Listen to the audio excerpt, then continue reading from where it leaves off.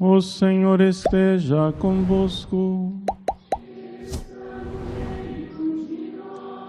Proclamação do Evangelho de Jesus Cristo segundo Marcos.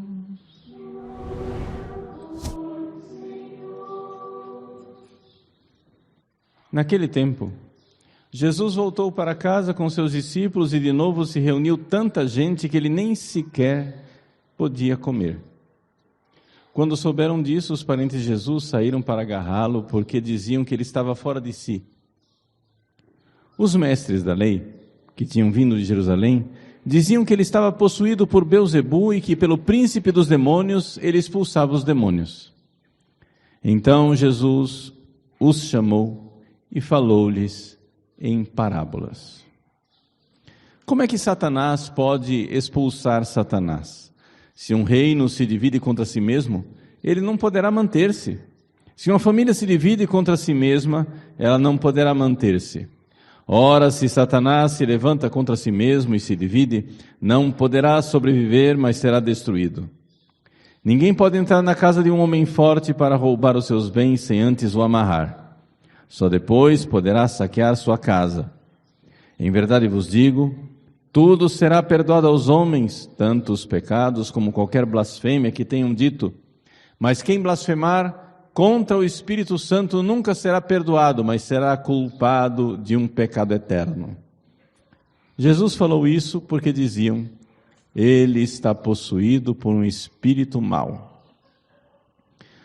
Nisso, chegaram sua mãe e seus irmãos. Eles ficaram do lado de fora e mandaram chamá-lo. Havia uma multidão sentada ao redor dele, e então lhe disseram, tua mãe e teus irmãos estão lá fora, à tua procura. Ele respondeu, quem é minha mãe? Quem são meus irmãos? E olhando para os que estavam sentados ao redor, disse, aqui estão minha mãe e meus irmãos. Quem faz a vontade de Deus, esse é meu irmão, minha irmã e minha mãe. Palavra da salvação.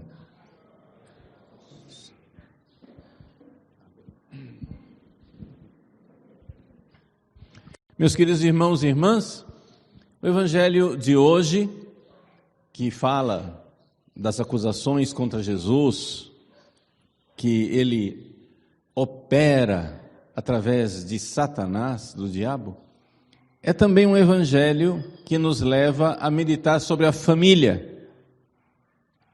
Jesus diz assim, se uma família se divide contra si mesmo, ela não poderá manter-se. Uma família não poderá se manter se ela se divide. E é exatamente isso que faz Satanás. Nós ouvimos na primeira leitura a obra de Satanás que destruiu a primeira família, Adão e Eva. Deus havia revelado a Adão, chefe da família, que ele não deveria comer da árvore proibida. E então Deus deu um sono a Adão e criou Eva. Vejam, Deus falou com Adão. Eva nem existia. Ele deu a ordem a Adão, não coma deste fruto. E então, quando Eva foi criada, foi Adão, chefe da família, quem transmitiu a Eva a ordem de Deus, que ela deveria obedecer. Mas seduzida pelo diabo, Eva desobedeceu a Adão e, por consequência, desobedeceu a Deus. Adão, seduzido pelo diabo e por Eva, pecou mais gravemente. Por quê? Porque Adão tinha recebido a revelação direta de Deus. O pecado de Adão foi mais grave. Por quê? porque ele sabia, por contato direto com Deus, por revelação divina, que ele estava fazendo uma coisa errada. E então, quando Deus desce para passear na brisa da tarde para falar com Adão e Eva, nós temos então uma ideia daquilo que é o projeto de Deus. O projeto de Deus era um projeto de família, onde Deus era o chefe da família. Vejam que maravilha, Deus desceu na brisa da tarde para passear como um amigo. Assim era o projeto de Deus para a primeira família. Deus, amigo, passeando com Adão e Eva, ele, Deus, o chefe da família. Adão, submisso a Deus, obediente a Deus, era aquele que então conduzia a família, liderava a família como chefe visível. Deus, o chefe invisível da família. Adão, o chefe visível. Adão submisso a Deus podia comandar. Adão submisso a Deus podia ser o líder. E essa alegria que a igreja transmite na sua revelação, que é esse convívio com Deus, que seria o paraíso aqui na terra. Mas o pecado estragou tudo isso. E o pecado, estragando a obediência, instalou, em primeiro lugar, o reino da desconfiança pela mentira. Satanás faz com que Adão e Eva comecem a desconfiar de Deus. O quê? Deus disse que vocês vão morrer, mas vocês não vão morrer coisa nenhuma. Imagina, que bobagem, não vão morrer nada. E então, desconfiado de Deus, quando não há mais a confiança em Deus, a fé em Deus, quando começa a reinar a desobediência, o que é que houve na família? Desunião e acusação mútua. Deus desce na brisa da tarde e diz: Adão, onde estás? Estou nu. Mas como você sabe disso? Vejam só, que tragédia essa frase de Adão. Aqui ele ofende duas pessoas com uma frase só. A mulher que tu me deste, me deu do fruto proibido. Ou seja, parece que Adão está acusando Eva, mas na verdade ele está acusando Eva e Deus. Ou seja, se eu pequei, Deus, a culpa é sua, porque você me deu essa mulher. A culpa é da mulher e de Deus, de ambos. E é típico do soberbo, não ter defeito, não ter pecado. Quem erra são os outros. O soberbo sabe muito bem: eu sou muito bom, eu sou muito qualificado, eu estou muito certo sempre. O erro é sempre dos outros, nunca é meu. O erro é de Eva e, em última análise, a culpa é de Deus. Com essa soberba, a divisão da família. Adão acusa Eva. Quem pecou? Foi Adão, foi Eva, foi a serpente. Foi Adão, foi Eva, foi a serpente. Foi Adão, foi Eva, foi a serpente. E no fim das contas, vejam, acontece o que o Evangelho nos diz. Se uma família se divide contra si mesma, ela não poderá se manter. Uma família dividida. Dali para frente, esta é a chaga, esta é a ferida Esta é a doença de todas as famílias, contra a qual nós devemos lutar. A família, ela se torna um campo de batalhas. Por quê? Porque essa é a estratégia de Satanás. A estratégia do divide et impera. Divide e você consegue mandar no negócio. Você põe todo mundo brigando com todo mundo e você consegue dominar e comandar. Adão vai e faz... Satanás vai e faz Eva brigar com Adão, Adão brigar com Eva, com Deus, etc. e tal, ele consegue mandar. Essa é a estratégia de Satanás também na sua família. Onde todo mundo quer mandar, todo mundo quer que a sua vontade prevaleça. A sedução de Satanás é essa. Deixa de ser besta. Quem vai mandar? Você vai fazer a vontade dele? Você vai fazer a vontade dela? E você como é que fica? Ah, não! Você não me faz de besta! Quem que você pensa que você é? E assim se divide a família. Mas não somente a família, assim se divide a sociedade. Vejam que Jesus olha para uma família maior também. Ele diz assim: um reino que se divide contra si mesmo não poderá manter-se, não poderá se manter. Vejam, também na sociedade, assim faz Satanás. Na nossa sociedade, essa divisão. Homem contra mulher. Rico contra pobre. Negro contra branco. Todo tipo de divisão. Essa realidade de nós, o tempo todo estarmos insuflando nas pessoas os direitos. O meu direito. Onde que fica o meu direito? E o meu direito? E o meu direito? O direito da mulher. O direito dos negros. O direito dos gays. O direito dos pobres. Eu acredito em todos esses direitos, meus queridos, desde que você me mostre os deveres deles. Eu vou acreditar nos direitos das mulheres quando você começar a me falar do dever da mulher. Tá, a mulher tem direito. E qual é o dever dela?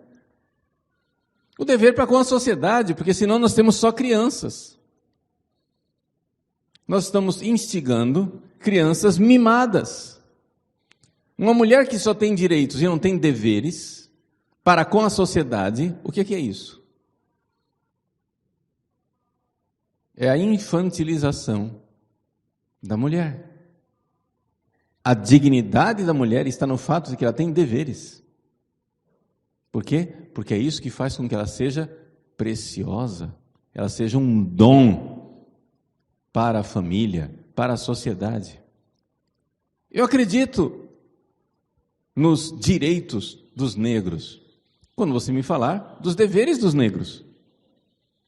Mas se eles só têm direitos, só são sujeitos de direitos, então que raça de gente é essa?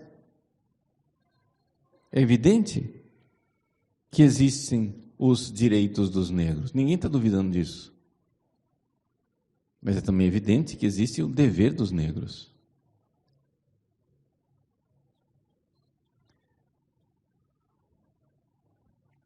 Estamos aí num mês em que se propaga muito os direitos dos homossexuais.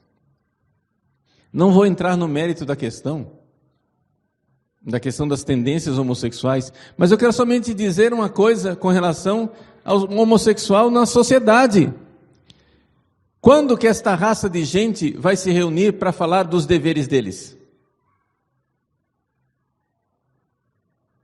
E o dever? Eles não têm dever nenhum? A sociedade espera alguma coisa deles? O que é que eles têm para oferecer?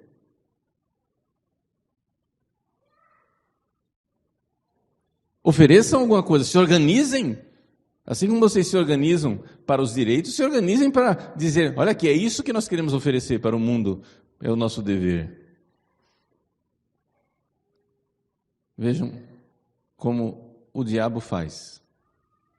Ele vai transformando as pessoas em pequenos seres egoístas que só têm direitos, que só reclamam. E o que acontece é o seguinte: quando numa população de 200 milhões de pessoas, você tem 200 milhões de egoístas, onde cada um puxa para o seu lado o seu direito, você tem uma sociedade completamente dividida, um reino dividido contra si mesmo não pode subsistir.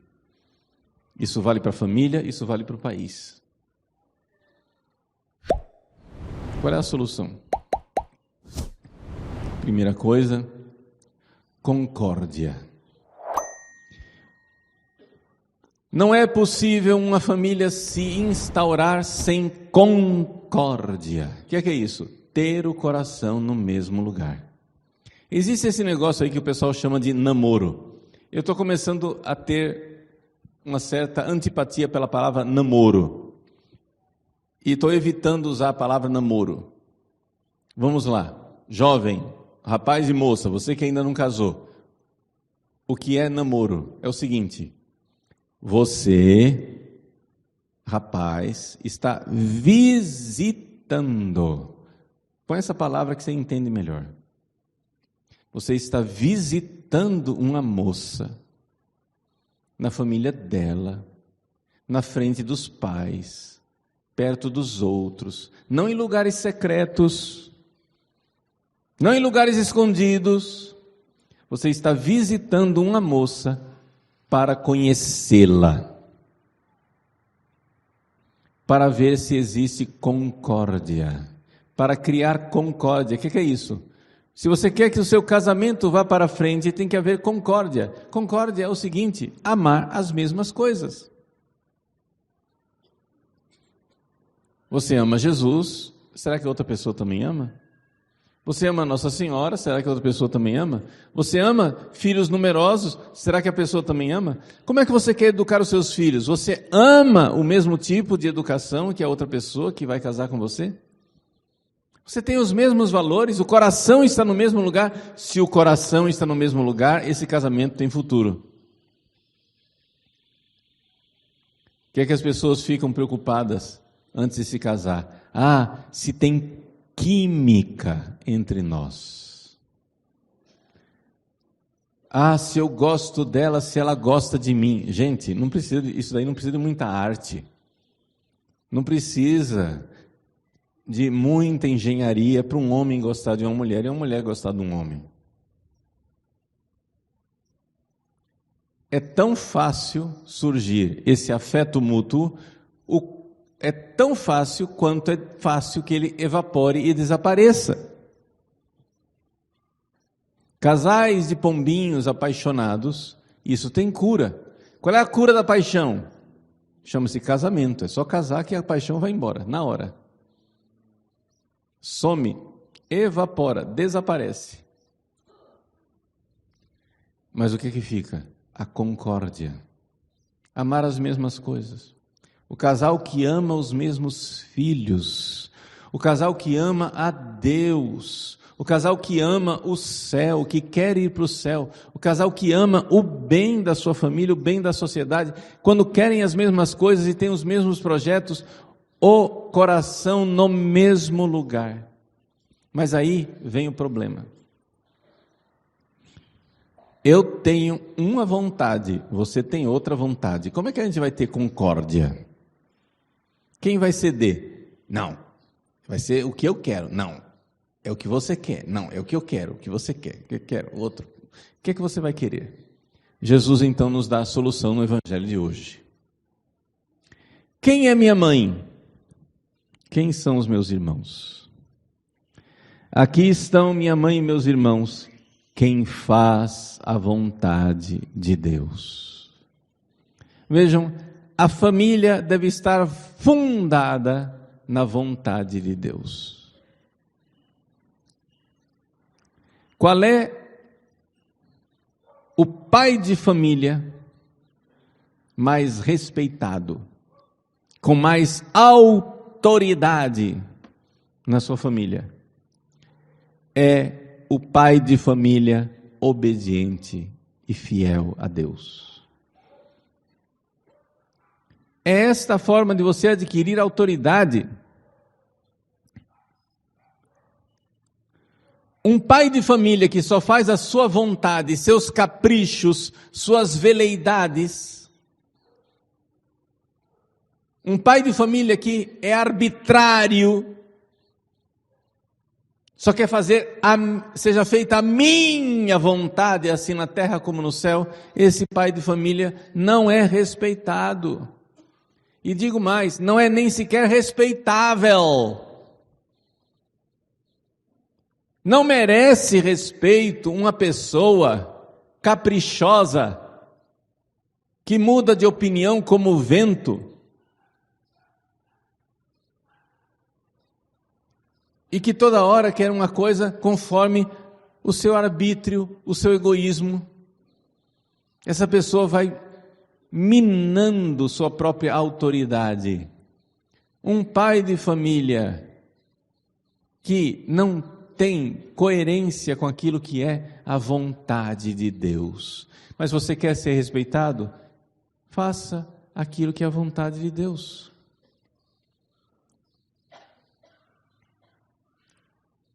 Eu não vou me dar como exemplo, mas eu vou exemplificar. Ok? Vamos exemplificar. Você certamente já viu, ou você mesmo talvez já tenha tido essa atitude, que você tem uma dúvida. O que será que a igreja ensina? Pera lá, deixa eu ver na internet. Aí você digita lá, tal coisa, Padre Paulo Ricardo. Para descobrir o que é que Padre Paulo Ricardo diz a respeito daquele tema. E eu digo isso, não estou sendo soberbo, eu só estou descrevendo um fenômeno que, com a graça de Deus, o meu apostolado e o meu ministério têm uma grande autoridade no Brasil e no mundo. Não somente aqui no Brasil, mas também em outros lugares de língua portuguesa e em alguns lugares até de língua espanhola, o pessoal que sabe, né, entende português. As pessoas vão lá e querem saber o que é que Padre Paulo Ricardo diz. Por quê? Porque uma das coisas que eu sempre faço questão,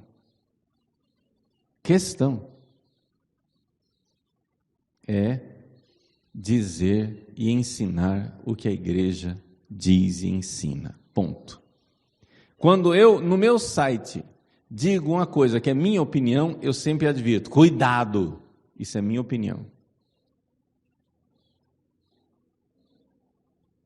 Mas se é uma pergunta, eu quero sempre dizer aquilo que está nos documentos da igreja, nos concílios, nos ensinamentos dos papas, no ensinamento constante do magistério da igreja de 2000 anos, na vida dos santos, na doutrina dos santos doutores. Essa é a característica daquilo que é o serviço que eu presto na internet. O meu ministério, meu site já tem 18 anos, e 18 anos essa é a característica. Se algum aluno diz, Padre Paulo, o que o senhor disse é incorreto, tal concílio diz o contrário, eu mudo na hora. Eu gravo um vídeo dizendo, gente, errei.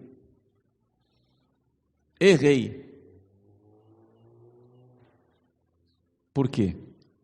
Porque eu sei que a minha autoridade depende da minha submissão. Se eu não for submisso ao ensinamento da igreja, você não vai me ouvir mais. No dia que Padre Paulo enlouquecer, despirocar, ficar doido, e começar a vir aqui dizer opiniões aleatórias, doidas, confusas, pessoais. No dia que Padre Paulo vier aqui e disser assim, ouvistes o que foi dito pelos concílios, pelos papas, pelos santos, eu, porém, vos digo. No dia que eu fizer isso, você diz, câmbio, desligo e vai embora, sim ou não? Você vai parar de me ouvir, sim ou não? Por favor, pare de me ouvir. enquanto eu estou sadio da cabeça, deixa eu avisar vocês, no dia que Paulo Ricardo começar a ensinar coisas da cabeça dele, por favor, o ignore e saia correndo. Enlouqueceu. Porque a autoridade vem da submissão. Por isso eu estou dizendo isso para você que é pai, para você que é líder comunitário, empresário, político, sei lá quem você é. Se você quer ter autoridade, seja submisso a uma vontade superior, a vontade de Deus. Como que nós vamos ter família? Família, a sua família em casa, e a família, nós como país, como reino, né? Um reino dividido, o Brasil, uma família dividida. Como que uma família dividida, um reino dividido pode subsistir? Não pode. Então, como é que a gente se une?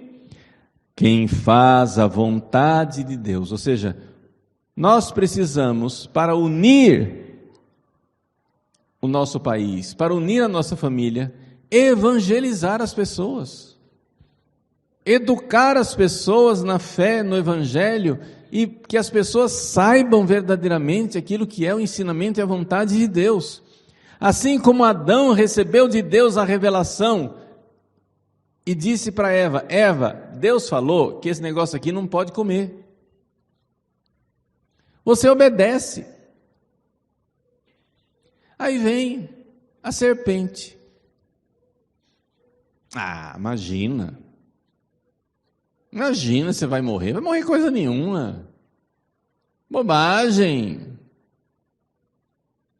Maravilha, come que é gostoso. Você desobedece, começa a divisão, começa o reino da discórdia, começa a loucura que nós estamos vivendo até hoje. Esse mundo está assim porque não há verdadeira docilidade e submissão à vontade de Deus, que é a única que nos dá verdadeira paz e verdadeira concórdia. Coração no mesmo lugar. Por isso a igreja nos diz em cada missa: corações ao alto. Coração, não para fazer a vontade de um ou de outro, a vontade de Deus. Vamos entrar nessa harmonia, mesmo que nós tenhamos que no dia a dia, para alcançar a conversão e a concórdia na família, nos submeter a cruzes. Claro, porque depois do pecado original, a cruz está aí. Você quer se casar? Quer se casar? Você saiba, a família é uma coisa muito boa, mas família dói. Deixa eu avisar para você. Família dói, exceto o contrário, que é ficar sozinho, que dói mais ainda. Tá? Todos nós temos que ser família. Um padre é chamado de pai não à toa, porque ele precisa ser família. Ele precisa derramar o seu sangue para levar os seus filhos para o céu. A família se faz derramando o sangue uns pelos outros. Derramando o sangue quer dizer sofrendo, contrariando a própria vontade, para que haja harmonia, paz em Deus nosso Senhor.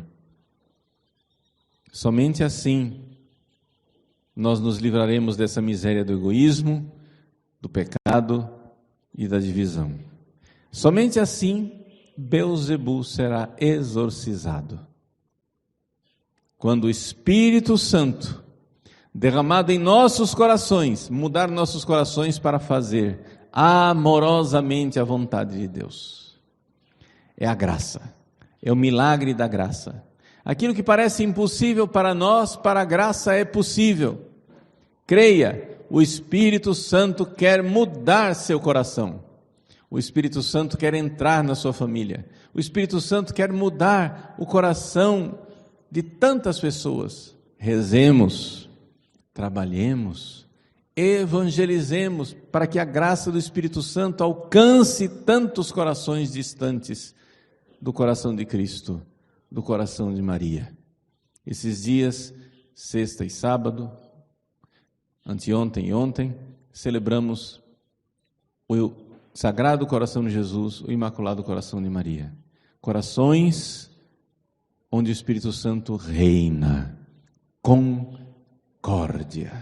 Olhar para o coração de Jesus e o coração de Maria e ver a mais plena, perfeita e maravilhosa concórdia, que é o que acontece no céu, onde os corações movidos pelo Espírito Santo se unem a Deus. Corações ao alto.